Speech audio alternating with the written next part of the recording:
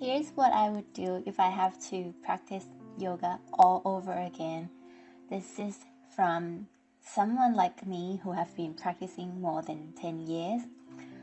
I would just pick up a couple of poses or just a sequence and stick to it until my body gets used to it.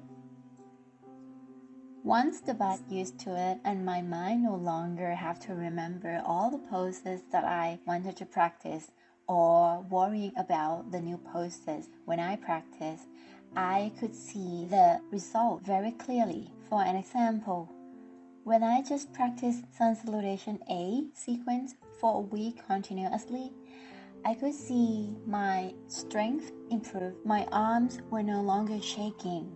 When I lowering my upper body down into Chaturanga pose, I had better sleep because I could breathe longer and better from practicing just a couple poses and focusing on the breathing instead of trying to perfect my new poses or alignment all the time.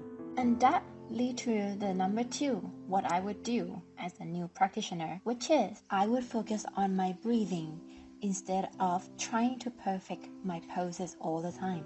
By frequently asking myself, can I still breathe deeply or not in this pose? When I start practicing yoga, I have the belief that I have to go all the way when it comes to practicing asana, even though sometimes when it gets to the point where I felt that it was so uncomfortable in some poses because of the limitation of my flexibility or my strength. And looking back at those moments, I realized that I hold my breath a lot because of the tension that I felt in the body at that moment. And when I hold my breath and go beyond the right amount, and that lead to more tension in my muscles. Sometimes I caught myself clenching my jaws when I was in the poses. If I could turn back time, I would just focus on my breathing.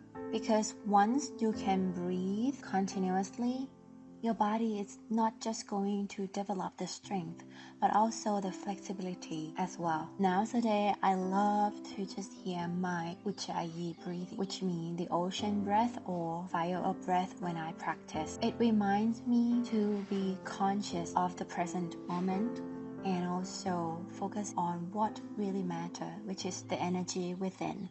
And last but not least, I would finish my practice with corpse pose or Shavasana. In my early days, I am ashamed to say that I just skipped the pose. I would just use my sign language with a teacher indicating that I have to leave now. So looking back, I knew my mindset at that moment. I was telling myself that it's a waste of time lying down for 10 minutes. I could have used that time to do other things more than just laying down. But now that I know, corpse pose or Shavasana is not just about laying down.